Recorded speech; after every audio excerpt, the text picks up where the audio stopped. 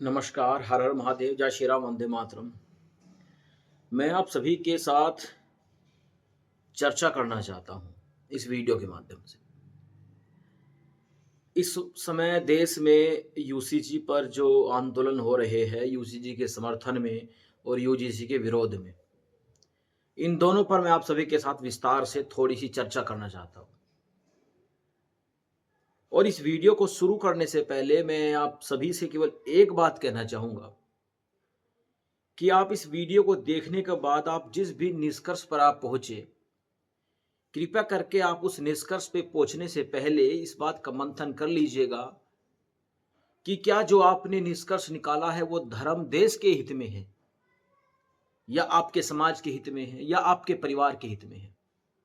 आपको जो सही लगे आप उसका निष्कर्ष निकालिएगा, लेकिन ये मंथन जरूर कीजिएगा कि आपने जो भी आपने निष्कर्ष आपने निकाला है वो देश, धर्म, समाज, परिवार के पक्ष में है या नहीं है। अपनी आत्मा से पूछिएगा कि जो मैं कह रहा हूं क्या वो सही है। खुद से मत पूछिएगा, क्योंकि व्यक्ति झूठ बोल सकता है, उसकी आत्मा झूठ कभी नहीं बोल सकती। जब वो अकेले में बैठकर इस बात पर मंथन करेगा कि वो क्या सुन रहा है, क्या कह रहा है, ये अगले 10 से 15 मिनट आप गौर से सुनिएगा और उसको समझने का आप प्रयास कीजिएगा।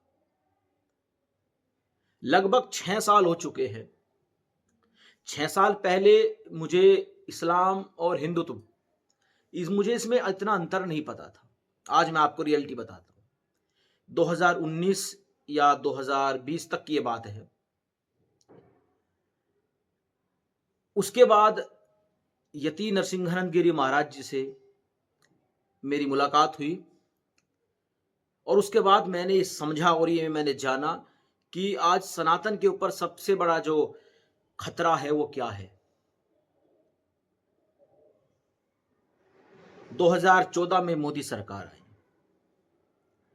और हिंदुओं को ये लगा कि जो पिछले 62 सालों की जो एक प्रकार से मानसिक रूप से जो गुलामी हिंदू जो झेल रहा था, अब उसको कहीं ना कहीं जाकर अब उस पर पूर्ण विराम अब उस पर लग जाएगा और हिंदू एक नए राष्ट्र की, एक प्रकार से हिंदू राष्ट्र की ओर बढ़ चलेगा।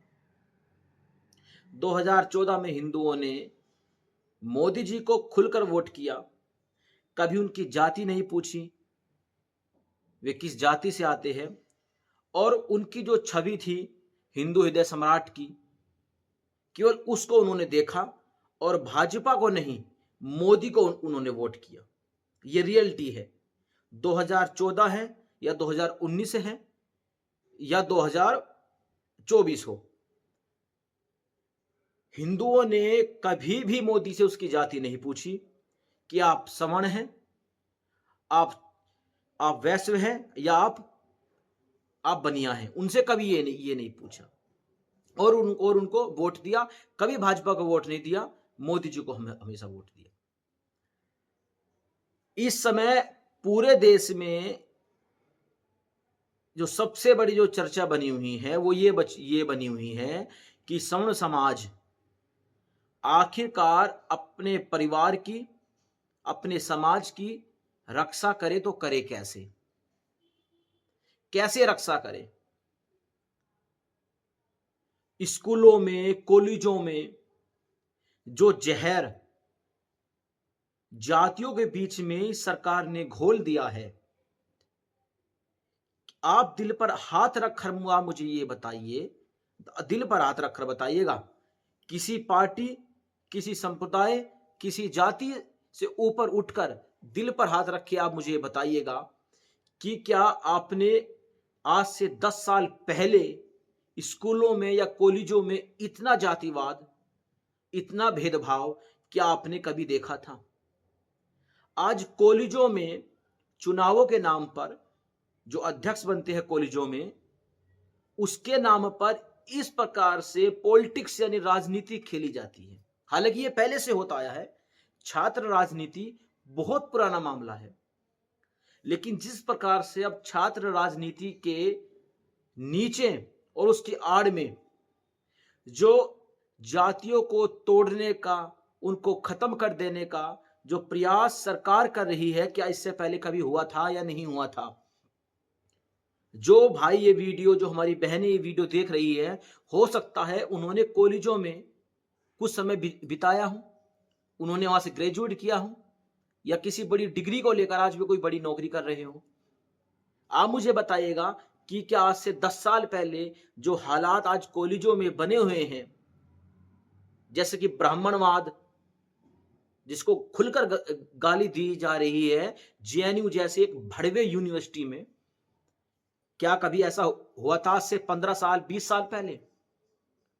जब आप इस पर चिंतन करेंगे तो आप ये जानेंगे कि ऐसा कभी नहीं हुआ, कभी नहीं हुआ। 15-20 साल पहले की कॉलेजों में इस प्रकार से ब्राह्मणवाद को खुलकर गाली दी जाए और कहा कि ब्राह्मणवाद की, अब मैं उस शब्द का प्रयोग यहां पर नहीं कर सकता। हिंदुओं ने कभी नहीं पूछा मोदी जी से कि आप किस जाति से आते हैं, आप मोदी जी हम आपको वोट क्यों दें। हालांकि मैं आपको बता दूं, मोदी जी की जो जाति है वो तेली है, और मैं उस शब्द का प्रयोग नहीं करना चाहता। नॉर्थ इंडिया में तेली मतलब मुसलमान को कहा जाता है, खासकर गुजरात में, जिनको लोग बनिया भी बोलते हैं। यूसीजी एक्ट, यूजीसी एक्ट 2026, ये ऐसा नहीं कि ये अब जाके ये लागू हुआ है। मैं आपको ये भी बता देना चाहता हूं, कभी आप मुझको कहे कि आप कांग्रेस के आप सपोर्टर हैं, ये 2012 से कानून लागू है, और इसकी जो कमेटी है वो उससे पहले बन चुकी थी, कांग्रेस के समय में। इसको कांग्रेस ने बनाया था। हिंदुओं ने जिस बात को लेकर कांग्रेस की पार्टी को सत्ता से बाहर किया, वो भाजपा पूरा कर रही है, सब कुछ कर रही है। आज वही सब कुछ वही हो रहा है देश में।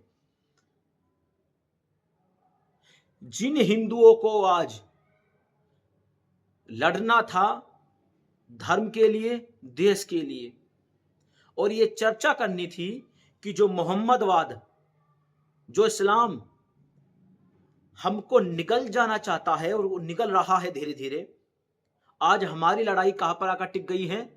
क्षत्रिय, ब्राह्मण, वैश्य और शूद्र, हमारी लड़ाई, और ओबीसी, हमारी लड़ाई यहां पर आकर टिक गई है।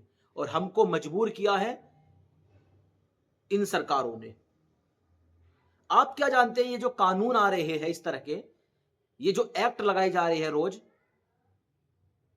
ये गवर्नमेंट कोई पागल है क्या कि इस कानून को आप ऐसे ही लगा रही है? सरकारों ने, सत्ताओं ने हिंदुओं को बता दिया है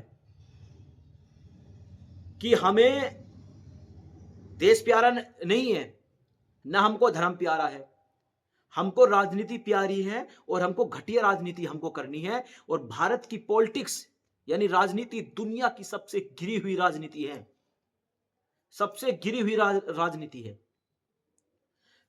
गवर्नमेंट नहीं चाहती, मोदी नहीं चाहता आप हिंदू मुसलमान पर चर्चा करें। वो चाहता है कि हिंदू आंख पर पट्टी बांधे, और केवल चुनावों के समय हिंदुओं को ये दिखाया जाए कि हिंदू खत्म हो चुका है, हिंदू खतरे में है, और हिंदू डरकर वोट डाल दे, जैसे कि बंगाल में होता है, केरला में होता है, और जिन जिन राज्यों में भाजपा की सरकार नहीं आ पाती या कमजोर है, ये फॉर्मूला वहां पर दिया जाता है हिंदुओं को। बंगाल में हिंदू बच्ची के साथ में रेप होता है तो भाजपा वहां पर प्रदर्शन करती है, लेकिन अगर वही रेप गुजरात में होता है तो उस पर मौन व्रत मोदी जी उस पर रख लेते हैं, और भाजपा का कोई भी टट्टू उस पर एक शब्द तक नहीं बोलता। कारण क्या है? उनके अब्बा का वो राज्य है, इसलिए वे कुछ नहीं बोलते। आरएसएस अपना 100वां वर्ष मना रहा है पूरे देश में, जगह जगह अपने प्रदर्शन कर रहा है। आप उन मंचों पर जाकर सनातन की बात नहीं कर सकते।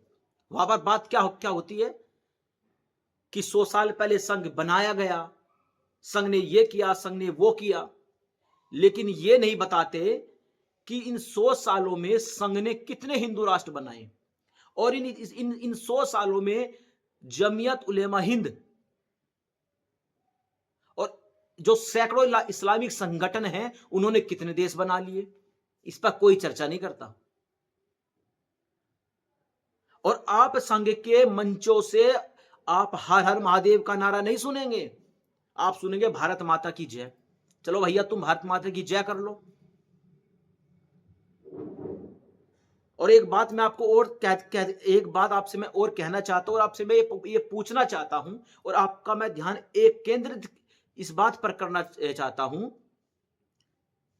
आप कभी भी देखिएगा, खासकर भाजपा के मंचों पे, जो भाजपा द्वारा पोषित शंकराचार्य है, जो भाजपा द्वारा पोषित धर्म गुरु है, चाहे वो महामंडलेश्वर हो, चाहे वो पीठाधीश्वर हो, चाहे वो धर्माचार्य हो, चाहे वो महंत हो, या वो कोई भी पद, किसी भी पद पर बैठा कोई भी धर्माचार्य हो, बस वो भाजपा की बोली बोलने वाला होना चाहिए और उनके द्वारा पोषित होना चाहिए और उनके साथ में उनके हाथ उठाने वाला होना चाहिए। भाजपा की नजरों में केवल वही धर्माचार्य है। और हाँ, अगर कोई कहे कि आप कांग्रेस को गाली क्यों नहीं देते, तो भाई जी मेरी बात एक बात आप सुन लीजिए, वोट भाजपा को दिया है, गाली भी उसको ही मिलेगी ना। कांग्रेस को कभी वोट किया है तो हम उसको गाली क्यों दें? थोड़ा सा अपना दिमाग लगाइएगा हिंदुओं। तुम जिस राह पर जो तुम चल रहे थे, हम बात करते थे आज तक सनातन को कैसे बचाया जाए। दिल्ली में पिछले 1 महीने में 500 से ज्यादा लड़के और लड़कियां गायब हो चुकी है। इस पर कोई चर्चा नहीं होगी। चर्चा होगी कि संघ का 100वां वर्ष कैसे मनाया जाए और किस मंच पर कितने लोग हो और सामने भीड़ कितनी आनी चाहिए। चर्चा इस पर होगी। दोहरा चरित्र। और मैं फिर कहना चाहूंगा, हिंदुओं ने कभी नहीं कहा कि मोदी जी आप तो तेली हैं, आप तो शूद्र हैं, हम आपको वोट नहीं करेंगे। लेकिन जब ब्राह्मणवाद और क्षत्रियों को तिलक तराजू और तलवार, मिलकर मारो जूते चार, इस प्रकार के स्लोगन कैंपसों में लगाए जाते हैं और ढपली बजाकर भांडों की तरह उसको गाया जाता है, तो ये लोग कुछ नहीं बोलते। अब बोलेंगे कैसे? अरे भाई, बात तो सारी जाति की है। खून और जाति अपना असर हमेशा दिखाती, बात को आप याद रखिएगा, हमेशा अपना असर दिखाती है। हम जब हिंदू मुसलमान करते हैं तो हमको गाली मिलती है कि आप तो दो संप्रदायों के बीच में आप आग लगाना चाहते हैं। लेकिन जब हम कहते हैं कि क्षत्रियों के साथ में, वैश्यों के साथ में, ब्राह्मणों के साथ में और बनियों के साथ में गलत हो रहा है, तो आप हमको कहते हैं कि आप जातियों को आपस में भिड़ाना चाहते हैं। आप बताइए, हम करें तो हम करें क्या? हम क्या करें? एक बात हमेशा याद रखिएगा, चाणक्य की एक नीति थी कि व्यापारी और शूद्र, अगर आप इनको सत्ता पर बैठाओगे तो ये केवल आपके देश का सर्वनाश करेंगे। और हिंदू आज वही गलती बार बार कर रहा है। देश कोई व्यापार करने के स्थान नहीं होता, कोई व्यापार नहीं होता। बांग्लादेश में 30 लाख हिंदू मार दिए गए कुछ ही महीनों के अंतराल में, और मोदी जी के मुंह से कुछ कहने की तो छोड़ दीजिए, उन्होंने एक यहां तक जारी कर दिया कि भाजपा का कोई भी सांसद, नेता, विधायक या कोई भी टुटपुंजिया कार्यकर्ता बांग्लादेश हिंसा पर कुछ नहीं बोलेगा, कुछ नहीं बोलेगा। उन्होंने जारी कर दिया। और आप ये बात आप संघ के मंचों से आप कहकर तो देखिए, आपको ये कह दिया जाएगा कि आप भाजपा के कार्यकर्ता नहीं है और आप तो देशद्रोही हैं, आप गद्दार, आप कांग्रेस के हैं। मतलब अगर हम सवाल पूछे तो हम कांग्रेस के हैं, और अगर मुंह पर टेप लगाकर, आंख पर पट्टी बांधकर और घूंट अपना अंगूठा हम जाकर कमर पर दबा दे तो हम हिंदूवादी हैं, हम राष्ट्रवादी हैं। ये प्रश्न है, पूछिए खुद से और इस जानने का प्रयास कीजिए कि आप कहां खड़े हैं आज। आपके पास कहने को अपनी कोई धरती नहीं है हिंदुओं। मैं फिर हिंदू शब्द का प्रयोग करूंगा, क्योंकि ना तो मैं कोई नेता हूं, ना मैं इन भांडों की तरह कैंपसों में मैं डपली बजा सकता हूं।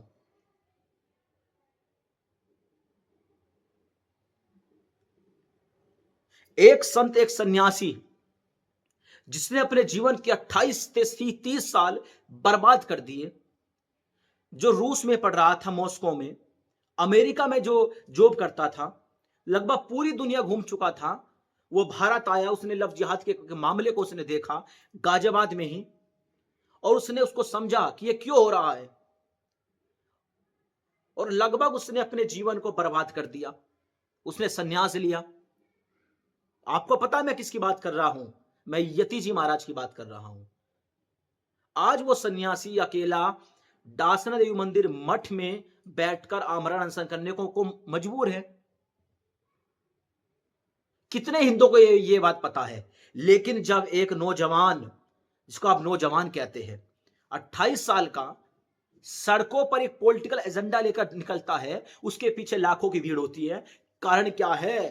कारण है भाजपा की पॉलिटिक्स, राजनीति, घटिया राजनीति, धर्म की राजनीति। ये हिंदुओं, तुम इस पाप को लेकर कहां जाओगे, तुम कहां जाकर मरोगे, मुझे ये बता दो। तुम क्यों नहीं समझते कि जो सत्ताओं को गाली दे सकता है, उसी की सत्ता में होते हुए उससे बड़ा दिलेर इस धरती पर कोई पैदा नहीं हो सकता। और नेताओं के तलवे चाटने वाला तुम्हारा क्या भला करेगा, बस एक बार सोच कर देखो। आज हिंदू लाइसेंस के लिए दर दर भटक रहा है, किसी के बाप में हिम्मत नहीं है उसका लाइसेंस कोई बना दे। यह बात यति महाराज ने हर मन से ये बात बोली है।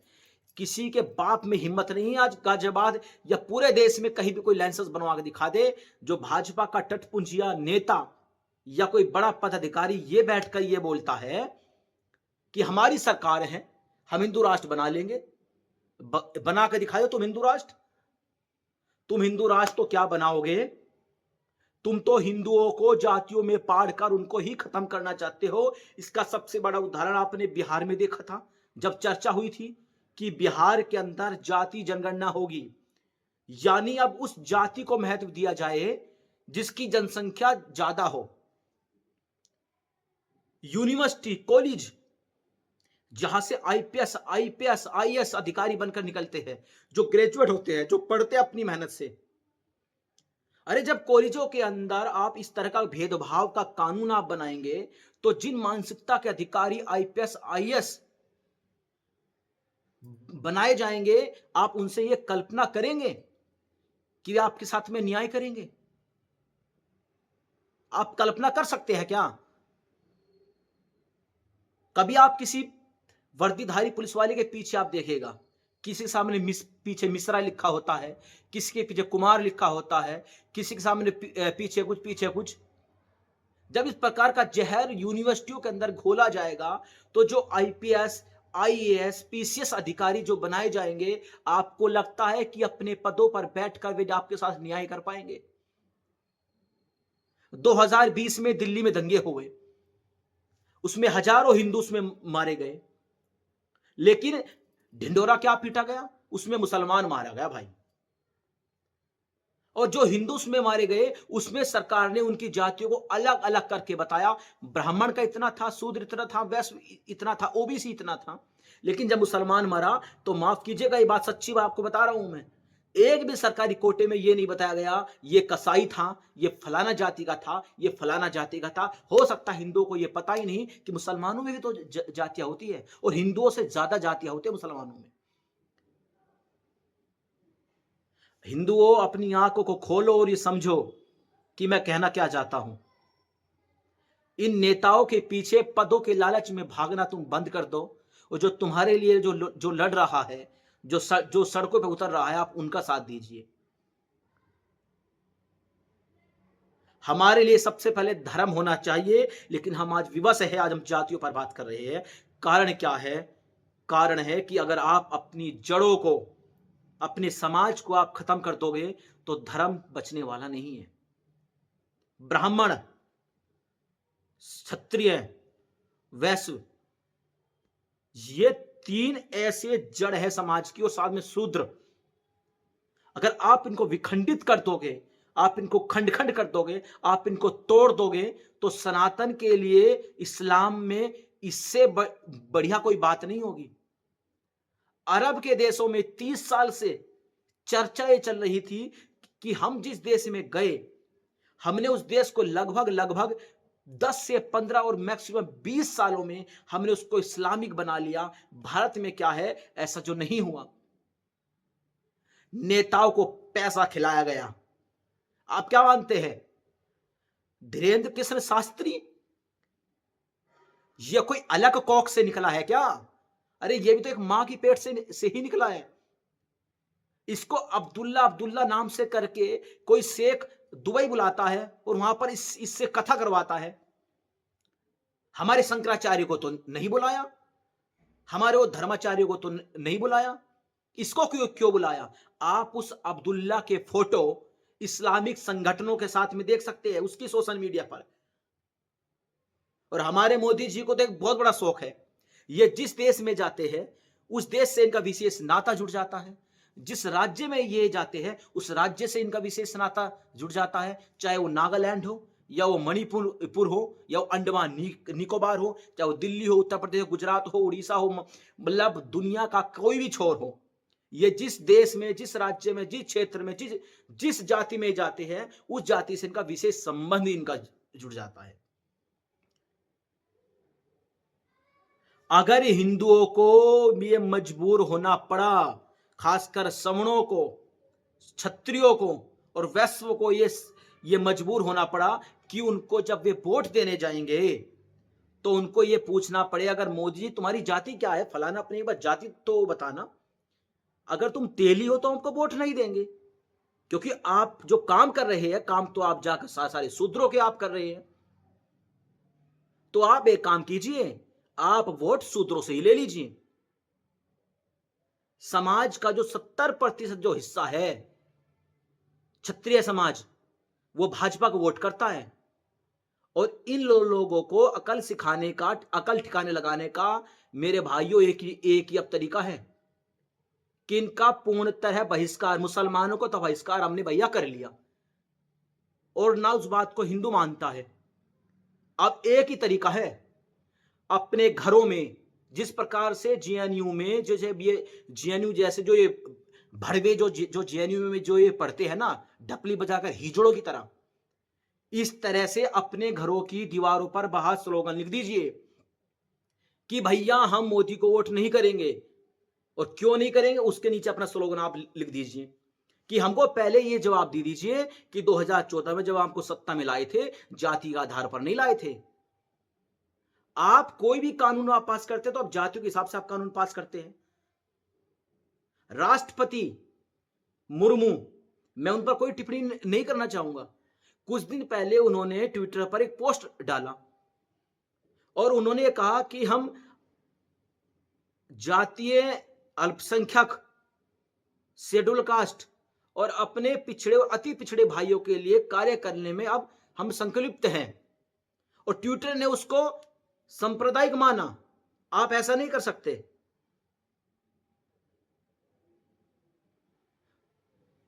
मैं इस पर कोई टिप्पणी नहीं करना चाहूंगा। फर्स्ट मैन कहा जाता है भारत का राष्ट्रपति, और जब इस प्रकार की टिप्पणी राष्ट्रपति पद पर बैठा एक महिला करे, ये बिल्कुल भी शोभा नहीं देता। और सबसे डूबकर मर जाने की शर्म की बात उन लोगों के लिए है जो सवर्ण समाज के सांसद विधायक भाजपा में बैठे हुए हैं। उनको केवल सत्ता की मलाई दिख रही है भाई, उनको केवल सत्ता की मलाई चाटनी है। उनको कोई मतलब नहीं है कि 10 साल बाद, 20 साल बाद हिंदुओं का क्या होने वाला है। चलो आप जातियों के हिसाब से आप मत पूछिए, आप उनसे धर्म के हिसाब से पूछ लीजिए। आप पूछिए उन नेताओं से, अपने प्रधानमंत्री से कि मोदी जी आप मुझे एक बार बताइए मुसलमानों में कौन कौन सी जातियां होती है। आप एक एक जाति को आप खुलकर लिख दीजिए। और जब आप मुसलमानों का प्रतिशत आप गिनते हैं, चाहे वो मीडिया हो, तो मुसलमानों का प्रतिशत मुसलमान के रूप में बताया जाता है और हिंदुओं का प्रतिशत जाति को पाट कर उनका प्रतिशत बताया जाता है। और हिंदुओं को ये बता दिया जाता है तुम्हारी औकात भाई इतनी है, हम तुम्हें इससे आगे कुछ नहीं देखते।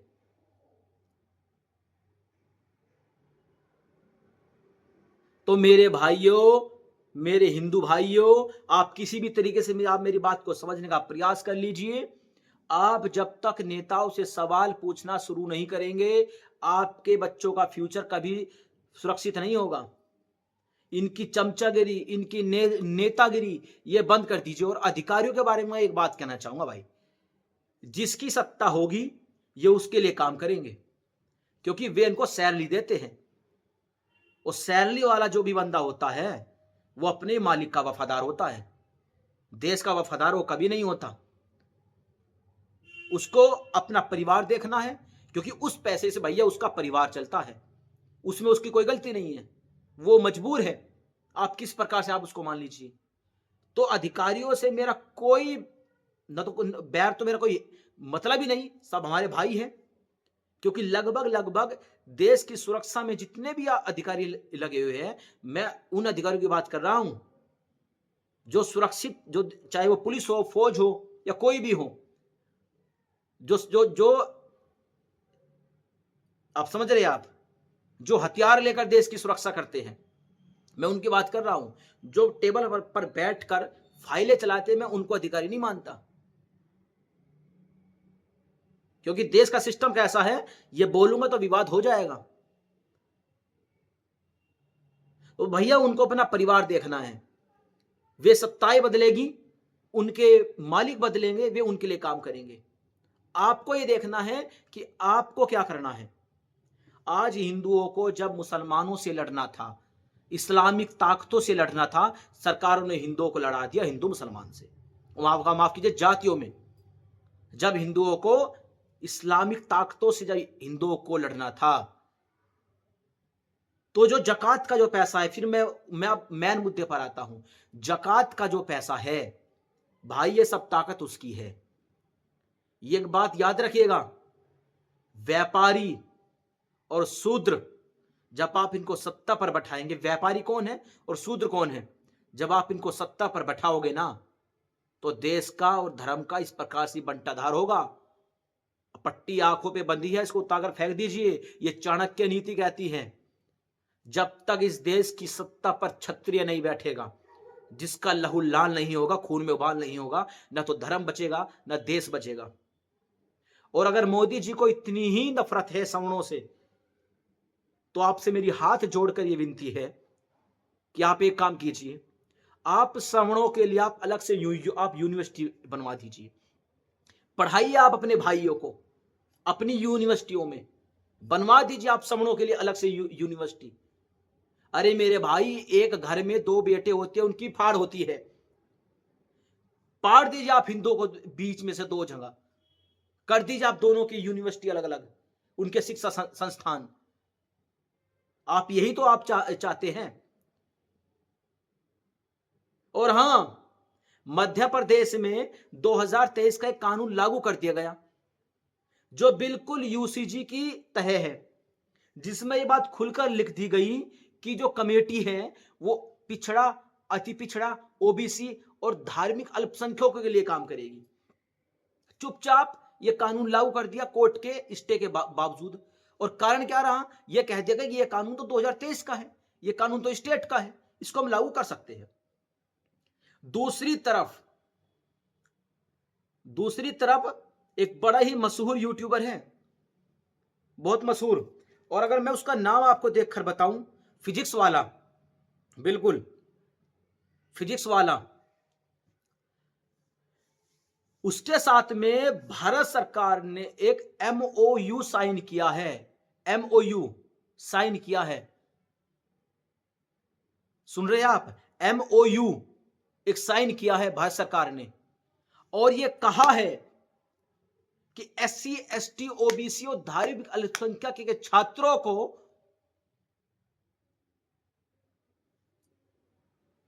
फिजिक्स वाला जो टीचर है, जो बड़ा मशहूर है, वो उनको पढ़ाएगा और उसका खर्चा सरकार उठाएगी।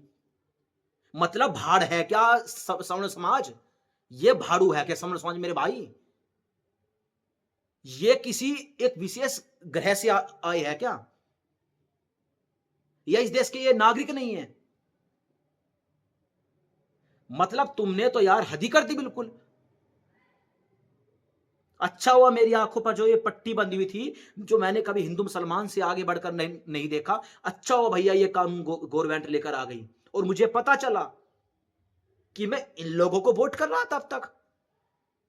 ये तो भैया सपोले है, बिल्कुल बिल्कुल सपोले। जैसे कि देखिए एक नागिन होती है ना, वो लगभग कई हजार बच्चों को वो जन्म देती है और अपने ही बच्चों को वो खा जाती है। ये सरकार ये काम कर रही है। जिन सवर्ण समाज के लोगों ने इनको वोट दे देकर अपना पेट काट काट के सबसे ज्यादा टैक्स आज इनको सवर्ण समाज देता है। सबसे ज्यादा टैक्स सवर्ण समाज आज इनको देता है। और फायदा ये किनको पहुंचाते हैं? अपने भाइयों को। तो सबसे बड़ी बात, आप इनका पूर्ण तरह से बहिष्कार कर दो, पूरा बहिष्कार कर दो। अपने गांवों में, अपने चौराहों पर, अपनी कॉलोनियों में आप खुलकर आप बोर्ड लगाइए कि यहां पर फलाना फलाना लोगों का, खासकर भाजपाओं का, नेताओं का आना सख्त मना है। और वो केवल यहां पर तब आ सकता है जब वो हमारे आंदोलन में शामिल होगा और इनका विरोध करेगा। ये नाक रगड़ेंगे आपके सामने, नाक। इनके नेता, इनके विधायक, इनके सांसद, इनके केंद्रीय मंत्री नाक रगड़ेंगे और कहेंगे मालिक हमसे गलती हो गई, हम तुम्हारे साथ में हैं।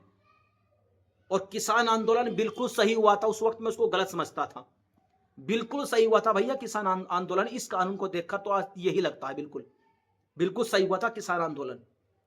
वरना ये किसानों को प्राइवेट कंपनियों के हाथों बेचकर आज उनको आत्महत्या जो आज भी हो रही है, उसकी जनसंख्या फिर और ज्यादा बढ़ जाती।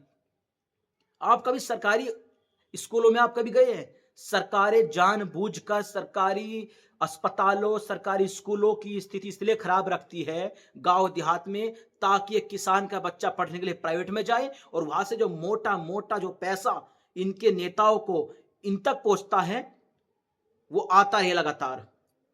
सरकारी सिस्टम को इसलिए तो कमजोर बनाया जाता है क्योंकि वो जनता के टैक्स से वो सब जाता है। वो टैक्स का पैसा वो स्कूलों में, कॉलेजों में, जो जो सरकारी है, वो कोई भी सरकारी योजना, क्योंकि वो योजनाओं में तो पैसा वो लगाया नहीं जाता, उससे तो पेट बड़े बड़े अपने कर लिए जाते हैं। अब मैं कुछ नहीं कहना चाहूंगा, मेरा बीपी बहुत जल्दी हाई होता है। आज आक्रोश था मेरे अंदर जो मैंने आप सभी के सामने मैंने आपको निकाल दिया। और आपको भी समझना है, आपको इस पर चिंतन करना है कि हम कहाँ थे और आज कहाँ हैं। और ये सोचना है कि क्या से 20 साल पहले कॉलेजों में इस प्रकार के जातीय भेदभाव होते थे या नहीं होते थे, और अगर बड़े हैं तो ये कब से बड़े हैं। बस। हर हर महादेव, हर हर महादेव, हर हर महादेव।